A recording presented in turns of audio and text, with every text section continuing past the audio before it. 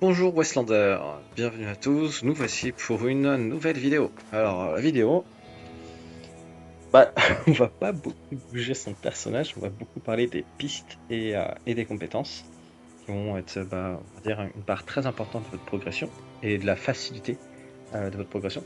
Que de toute façon dans Westland, l'objectif c'est d'être le plus rapide à obtenir des ressources et à monter en level. Donc l'objectif c'est d'économiser du temps.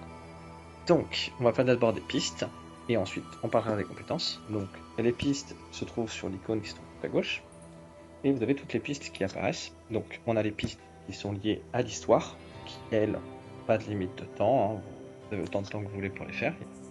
Les ressources, vous n'allez pas les perdre, vous allez les obtenir à un moment donné ou à un autre. Vous avez ensuite les 4 autres pistes qui, elles, sont limitées en temps. Donc, on a les 3 premières, donc la toute première, hein, c'est la piste des chasseurs de tête, hein. L'objectif, ça va être, dans cette piste-là, ça va être de réaliser des tâches donc, que vous avez à gauche, qui rapportent des points sous la forme de pistolets dorés là, et qui vous permettra de progresser dans les récompenses. L'objectif, vraiment, hein, si vous pouvez, quand vous jouez à Westland, c'est d'être le plus régulier possible, hein, donc tous les jours jouer un petit peu, pour pouvoir aller au maximum, hein, de ces pistes et de récupérer la ressource du palier 20, 125 livres de chasseur de tête. C'est vraiment 125, c'est une ressource très importante qui va vous permettre d'obtenir le maximum de compétences. Donc objectif, hein, c'est vraiment de réussir à faire toutes ces tâches, sachant que pour les chasseurs de tête, la plupart des tâches c'est vraiment lié au combat et à l'arme à feu. Donc ça va être créer un pistolet, tuer des ennemis, etc., etc. Et puis ça peut être aussi parfois nettoyer des lieux particuliers. Ensuite, nous avons la piste des artisans, qui est la même que la piste d'avant, hein, cette fois-ci liée à l'artisanat. Donc ça va être fabriquer, récolter des ressources. Ah, d'accord, donc pareil, l'objectif c'est de vraiment réussir à faire toutes les tâches. Euh, et enfin, piste du dresseur, lui, qui est plutôt lié euh, à aux animaux. D'accord, donc ça va être de l'élevage à la chasse d'animaux, tout en passant par tout ce qui va être lié aux esprits. D'accord, donc ça peut être réussir à tuer le Tsetse Bandé ou atteindre un certain palier euh, dans l'événement des fantômes, je me souviens plus du nom, donc on en reparlera plus tard, ou dompter des animaux. Voilà. Et enfin, la dernière, hein, qui elle est une piste de saison. Alors là, les tâches elles sont variées et elles se renouvellent toutes les 3 semaines, tandis que les autres pistes c'était toutes les 2 semaines. Celle-ci ce sera toutes les 3 semaines. Et pareil, vous pouvez atteindre le niveau 20, enfin le palier 20 avec aussi des balles qui sont dorées. D'accord. Donc forcément on obtient des ressources très intéressantes. Objectif atteindre le palier 20, quoi. Donc ça c'est pour les pistes. Alors on peut améliorer ces pistes en achetant, mais ça vous fait juste accélérer votre progression, ça vous empêche pas de progresser, hein. Donc moi n'ayant jamais acheté quoi que ce soit sur ce jeu, je m'en sors très bien, et puis j'ai tout ce qu'il faut pour progresser comme il faut. Parlons des compétences. Et alors là, les compétences, j'annonce d'avance, je ne suis pas une...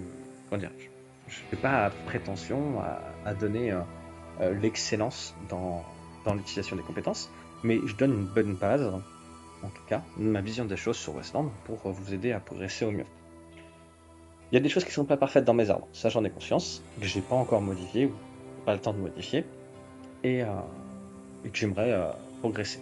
Alors, l'arbre qui, moi, m'intéresse le plus, c'est surtout le premier, l'arbre de chasseur de tête, ce qui me permet de combattre plus efficacement, d'être mieux protégé. Donc c'est un arbre qui est très important, à mes yeux, le plus important des trois. Donc on est obligé dans cet arbre-là, d'avancer et de gauche à droite, donc commencer avec discrétion. Et ensuite on a le choix entre 3 pistes. Donc là c'est au choix. Euh, par... Moi j'avais, enfin ça c'était ce qui était coché de base quand il y a eu la mise à jour. Donc j'aurais peut-être pris les deux du bas. Peut-être que l'arc m'aiderait à progresser un peu plus efficacement que l'évasion. Mais, voilà, c'est quelque chose que je pourrais changer. Euh, Ce qui va être très intéressant, c'est surtout essayer de maximiser les dégâts pour certaines armes. Donc il y a certaines compétences qui sont très importantes à avoir. Euh, les dégâts flat, comme augmenter les dégâts de 20, augmenter les dégâts de 20, c'est pas le plus important. On est obligé de parfois les sélectionner pour atteindre la suite, mais c'est pas ce qu'il y a de plus important. Le plus important, c'est vraiment les dégâts en pourcentage qui va augmenter très fort à haut niveau comparé aux 10 de dégâts flat. D'accord? Parce que quand vous avez une arme qui fait 2800 de dégâts, bah, quand vous lui ajoutez 10%, bah, vous lui mettez 280 de dégâts en plus, vous êtes bien au-dessus des 10, quoi. Donc très important. Pareil, dégâts d'armes à feu, ça concerne toutes les armes à feu, pistolet, fusil, fusil à pompe, bah, 20% de dégâts, c'est pas négligeable. D'accord? Alors certes, c'est des armes qui consomment beaucoup de ressources à fabriquer, mais vous allez voir qu'au fur et à mesure de votre progression, vous pouvez en récolter pas mal, vous pouvez les réparer, qui coûtent moins cher. Enfin, il y a plein de petites astuces comme ça qui permettent de diminuer un petit peu le coût de fabrication de ces armes, qui devient une arme qu'on utilise très souvent, voire presque tout le temps. Aussi, très important, quand vous allez devoir clean des zones, vous n'allez pas prendre un arc. Par exemple, clean la zone des... Alors moi actuellement c'est une zone qui se trouve dans le nord avec des bandits et des boss. Si je prends un arc, je pourrais pas le finir. Donc vraiment, les armes à feu c'est pour moi à mes yeux primordial, même si les dégâts d'arc, je comprends tout à fait que quelqu'un essaie d'aller les chercher. Donc on va chercher un petit peu tout le temps les dégâts d'armes à feu. Ici, pareil, des dégâts de revolver, dégâts de fusil, très intéressant. Les chances de critique, ça va être un prochain objectif pour moi, puisque bah, avec les armes que j'ai, les coups critiques apportent beaucoup. Ici, j'ai les dégâts au chef bandit. Alors, je pense que c'est le truc le plus sous-estimé. Ça augmente de 20% les dégâts que vous faites au chef de bandit. Et ça, peu importe l'arme. Donc en fait, ça s'applique aux armes à feu, aux armes blanches, aux arcs, ce que vous voulez. Ça s'applique tout le temps.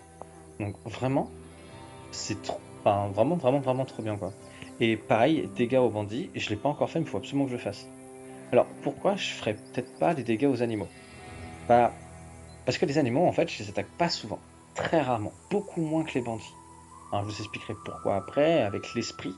En fait, les animaux, vous allez beaucoup les esquiver et pas beaucoup les attaquer, en fait. Euh, ça, vous allez passer plus de temps à tuer des bandits que des animaux, donc c'est peut-être pas la chose que je ferai en premier, quoi. Mais le dégât aux bandits, peut-être même avant le coup critique. Ensuite, on continue. Dégâts d'armes à feu, dégâts 10% aussi. Donc ça, c'est très important pour pouvoir faire plus de dégâts. Et là, on a aussi des dégâts de revolver. Vous voyez qu'il y a encore plein de choses que je n'ai pas obtenues. Mais voilà. Autre chose très importante que vous devez essayer de cibler, c'est la vitesse d'attaque. Alors la vitesse d'attaque, vous allez voir, hein, c'est quelque chose qui va fortement augmenter vos dégâts. Parce que bah, si vous faites 2 attaques au lieu d'une, ça double vos dégâts en fait, hein, votre DPS. Donc c'est pas du tout à négliger, quoi. Pas du tout à négliger. Donc c'est vrai que j'ai beaucoup ciblé la vitesse d'attaque, vous avez vu, hein, dans mon arbre, pour pouvoir choisir quelle piste plutôt privilégier, quoi. D'accord, hein, donc là il y a celle-ci encore que j'ai pas obtenue, mais que j'obtiendrai plus tard. Pour la piste de l'artisanat. Voilà, si jamais vous avez des questions, vous n'hésiterez pas à le mettre, j'essaierai d'y répondre. Pour la piste artisanat, alors plusieurs choses à cibler. Les sacs à dos, on n'a pas trop à se prendre la tête, hein. De toute façon, ils se trouvent à chaque nœud dans notre arbre, donc voilà, on est un petit peu obligé de les utiliser. Ce que je vise aussi pas mal, c'est les selles. Je pense que ça, c'est quelque chose qu'il faut viser absolument.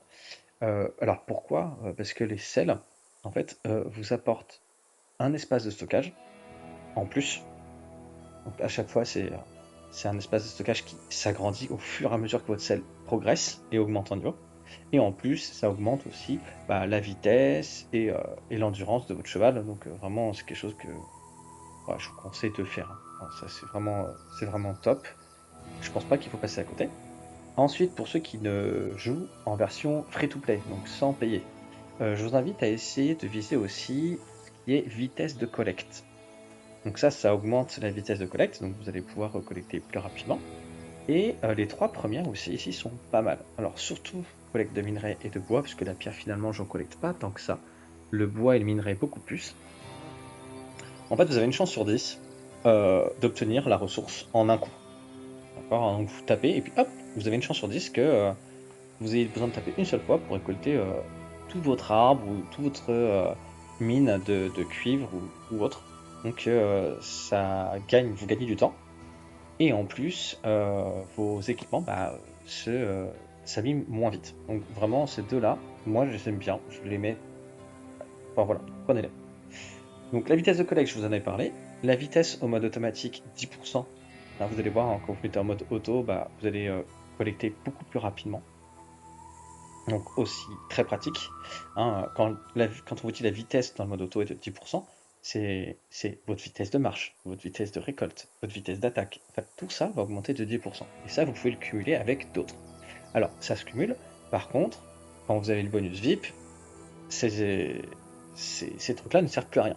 Donc ça, c'est vraiment pour ceux qui veulent jouer en free-to-play. D'accord, hein, ceux qui ne veulent pas mettre d'argent, je vous invite à mettre ces compétences, vraiment, hein, qui vous permettent de jouer plus rapidement, quoi. Et pareil pour la vitesse de collecte, ça aussi, ça c'est très important. Vous réclinez vos ressources plus rapidement, ça c'est quand même assez important. Le reste, enfin franchement, hormis ça, vous choisissez après ce que vous voulez, quoi, hein. Je pense qu'avoir quelques coffres, ça peut être bien, donc à mettre. La durabilité des armures, ouais, 3%. C'est du pourcentage, donc c'est pas mal, hein. Vous allez avoir une armure qui est à 27 000 de durabilité, 3%, c'est pas ridicule, quoi. Donc c'est vrai que c'est des choses que j'ai un peu plus cherché. La durabilité d'armure, et puis la durabilité des armes à feu, 5 en plus. Sauf que quand vous faites 5 plus 5 plus 5, en fait, votre arme à feu, elle va durer plus longtemps, quoi. Donc voilà, petite chose que vous pouvez rajouter. Alors, je pense que l'article du marchand peut être intéressant aussi. En gros, ça vous permettra d'échanger des ressources d'un rang supérieur à chaque fois. Donc là, ça va être rang 2, rang 3, rang 4, rang 5, rang 6 et rang 7. Et donc du coup, vous allez pouvoir par exemple échanger. Ce que j'aime bien échanger moi notamment, c'est les graines. Parce que c'est vrai que les graines de rang 4, par exemple, ne sont plus du tout utiles. Donc autant toutes les remplacer par des rangs 5. Et comme ça, au fur et à mesure, pour avoir toujours un bon stock de graines à un rang élevé. C'est vraiment des ressources qui sont lentes à récupérer. Donc ça vaut vraiment le coup, on va dire. Et enfin, dernière piste, la piste du dresseur. Piste de dresseur. Alors, je suis désolé pour la vidéo, elle est un peu longue, hein. La piste de dresseur qui est aussi, à mes yeux, assez importante, même très importante, notamment pour tout ce qui est esprit. D'accord. Donc on va apprivoiser des animaux, mais on va aussi cumuler de l'esprit. Donc ça, vraiment, c'est votre cible. Esprit, en plus, vous pouvez débloquer l'accès aux chevaux. Donc vraiment, cibler l'esprit, vous avez vu, hein, je cible que l'esprit. Alors, ma mission, c'est de choper l'esprit au maximum. Pour ne pas se faire attaquer par les animaux quand on clean. Ça, c'est très agréable, d'accord. Et puis aussi, pourquoi pas, les dompter, les apprivoiser sur la carte, d'accord, hein, et pouvoir se balader avec un compagnon en plus, ou même pendant les épreuves des esprits, ça peut être pratique. Ensuite, autre chose qui peut être importante, donc, et vous avez vu les chevaux, je pense que ça c'est important de les avoir au fur et à mesure, et réussir à avoir des appâts. Alors, au niveau des appâts, chacun ses préférences, hein. Il y en a qui préfèrent l'ours, et il y en a qui préfèrent les loups alpha ou les pumas, c'est au choix. L'ours prend beaucoup de place. Je me suis souvent trouvé bloqué à cause de ça, et j'ai eu quelques morts à cause de l'ours. J'avoue que je préfère le puma, qui notamment sur sa première attaque fait de gros dégâts, et ça permet de clean parfois quelques zones plus rapidement. J'aime bien le puma, donc à cibler. Euh, Et quoi d'autre? Sinon, il y a aussi un peu pour le cheval, pour avancer un peu plus vite, comme l'endurance, qui peut être intéressante, ou la vitesse de 10%, peut être aussi intéressante. J'ai pris animaux neutres dernièrement là. Ah, c'est agréable. C'est agréable de pas courir après les belettes ou autres animaux neutres. Et butin caché, bon, pour l'instant, j'ai pas trouvé que c'était hyper rentable comme compétence. C'est vrai que quand on arrive sur une zone, parfois on a un petit cercle. Si notre animal est en bonne santé, on peut fouiller et découvrir un coffre. Mais c'est pas non plus la compétence révolutionnaire, quoi. L'esprit pour moi est primordial, quoi, là-dessus, hein. Donc voilà. Voilà globalement pour les compétences. Et dites-moi un petit peu ce que vous en pensez, hein. Si vous avez des choses à redire sur certaines choses, il n'y a pas de souci, euh, je prends en considération les remarques. Bien au contraire, je sais que j'ai pas toute la science infuse. Loin de là. voilà pour cette vidéo. Je vous souhaite une bonne journée, puis à la prochaine.